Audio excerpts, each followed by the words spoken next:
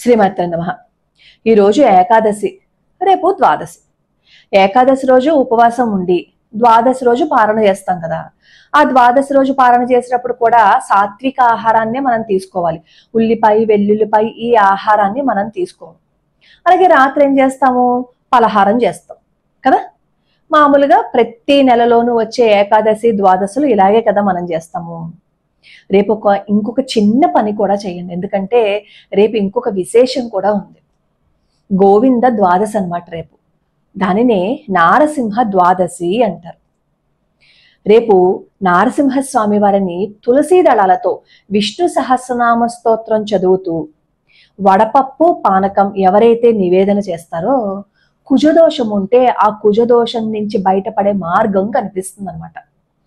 రేపు అలా అర్చన చేసి ప్రతిరోజు లక్ష్మీ నరసింహస్వామి వారి స్తోత్రం గాని, లేదు అంటే లక్ష్మీ నృసింహ కరావలంబ స్తోత్రం గాని ప్రతి నిత్యము ఈ కరావలంబ స్తోత్రం చేసినట్లయితే ఈ కోటికి సంబంధించినవి ఏవైనా సమస్యలు ఉంటే ఆ సమస్యల నుంచి బయటపడిపోతారు.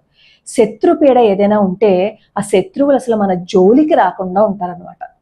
అలానే రేపు గనక లక్ష్మీ నృసింహస్వామి వారిని తులసీ దళాలతో అర్చన చేసినట్లయితే వివాహం కాక ఇబ్బంది పడుతున్న వాళ్ళు, అలానే భార్యాభర్తల మధ్య గొడవలు వస్తూ ఉంటాయి.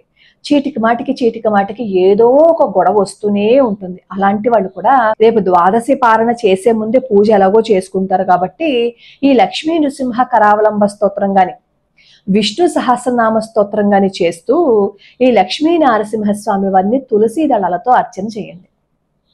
అప్పుడు మీరు అంటారు, ప్రతిరోజు ఏదో ఒక పూజ ఉంటుంది కదండి, మరి ఈ నియమాలు అవన్నీ పాటించలేకపోతున్నాము అంటారు.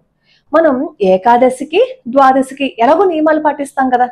ఎక్స్ట్రా రేపు ఒక్క నరసింహస్వామి వారి స్తోత్రం చదివారు అని అనుకోండి, ఎన్నో ఇబ్బందులు పడుతూ ఉంటాం. ప్రతిరోజు ఏదో ఒక కష్టంతో బాధతో నలిగిపోయే కంటే మనకి తెలిసినవన్నీ చేసుకున్నాము అని అనుకోండి, ఏమో ఎప్పుడు మన కర్మ తీరిపోతుందో ఎవరికి తెలుసు.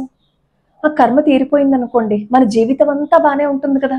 ఒకవేళ ఈ రోజు ఏకాదశి ఉపవాసం లేని వాళ్ళైనా సరే, అయ్యో మేము ఏకాదశి ఉపవాసం లేము, మరి ద్వాదశ పారణ చెయ్యట్లేదు కదా, ఈ పూజ చెయ్యొచ్చా అని అడుగుతారు. మీరు ఏకాదశి ఉపవాసం లేకపోయినా రేపు ఈ పూజ చెయ్యొచ్చు. అప్పుడు చక్కగా ఏం చేస్తారు? పొద్దున్నే స్నానం చేసేసి లక్ష్మీ నరసింహస్వామి వారి ఫోటో పెట్టి చక్కగా ఒక దీపారాధన చేసి పానకము వడపప్పు తేలిగ్గానే చేసుకోవచ్చు కదా. ప్రసాదం కూడా లక్ష్మీ నృసింహ కరావలంబ స్తోత్రాన్ని చదువుతూ తులసీ దళాలతో అర్చన చేయండి. ఎన్నో బాధలు పడుతూ ఉంటాం, ఎన్నో కష్టాలు పడుతూ ఉంటాం. ఎవరైనా తీరుస్తారేమో అని ఎదురు చూస్తూ మన బాధని మన కష్టాన్ని ఇంకొకరికి చెప్పుకుంటాం. ఇంకొకరికి చెప్పుకోవటం వల్ల మన బాధ సమస్య పెద్దదైపోతుందే తప్ప, అందరికీ తెలిసిపోతుందే తప్ప ఆ పరిష్కార మార్గం ఏమైనా మనకు దొరుకుతుందా? దొరకదు. కానీ అదే భగవంతుడి పాదాలు పట్టుకున్నాము అని అనుకోండి, మన సమస్య భగవంతుడికి చెప్పుకుంటున్న కొద్దీ తగ్గుతుంది. కానీ మన సమస్య మనుషులకి చెప్తున్న కొద్దీ పెద్దదైపోతుంది. ఒక్కటే ఆలోచించండి, ఎప్పుడు మీ బాధని కానీ మీ కష్టాన్ని కానీ వీలైనంత వరకు భగవంతుడితో పంచుకోండి. ఒక్కొక్కసారి మనము తట్టుకోలేకపోతాం. అలా తట్టుకోలేని పరిస్థితుల్లో ఒక్కొక్కసారి చెప్పుకుంటాం. ఆ చెప్పుకునేటప్పుడు కూడా చాలా జాగ్రత్తగా ఆచితూచి చెప్పుకోండి. మన నోట్లోంచి ఏదైనా ఒక విషయం బయటకు వచ్చింది అంటే ఇంకంతే, అయిపోయినట్టే మన జీవితం. ఎందుకంటే మనల్ని ఎంత అలా హింసించాలో అంతలానూ హింసిస్తారు. మనం అలాంటి బాధలు పడకుండా ఉండాలి అంటే మీకు ఏదైనా కష్టం వచ్చినా సమస్య వచ్చినా ఏం చేస్తారో తెలుసా? ఓ గదిలోకి వచ్చేసి మీరు ఎంత గట్టిగా ఏడవాలనుకుంటున్నారో ఏడ్చండి శుభ్రంగా. అలాగ దాన్ని మనసులో పెట్టుకోకండి. మీకు ఎంత దుఃఖం ఉందో మీ దుఃఖం తీరిపోయే వరకు ఏడ్చండి. ఇంకా తర్వాత ఎడుద్దామన్న కళ్ళలోంచి నీళ్ళు రావు, ఎందుకంటే అప్పటికే ఆవిరైపోతాయి. అప్పుడు లేచి ముఖం కడుక్కొని స్వామివారి ముందు నుంచుని నమస్కారం పెట్టి, నేను ఎంత ఏడవాలో అంత ఏడ్చేశాను నీకోసం, నా కష్టం తీర్చయ్యా అని చెప్పుకున్నారు అనుకోండి, మీరు ఎన్నిసార్లు వెళ్ళి ఆ భగవంతుడికి చెప్పుకుంటారో అంత తొందరగా మన కష్టం తీరిపోతుంది. ఒకవేళ ఈ పూజలన్నీ మేము చేయలేకపోతున్నాము అని అనుకోండి, అయ్యో మేము చేయలేకపోతున్నాం, మా ఇంట్లో కుదరటం లేదని భయపడక్కర్లేదు, బాధపడక్కర్లేదు. ప్రతి క్షణం అక్కడ భగవంతుడు కనపడతాడు కదా. మన ఇంట్లోనే స్వామివారి యొక్క ఫొటోస్ ఏవో ఉంటాయి కదా, ఆ ఫోటో దగ్గరికి వెళ్ళండి.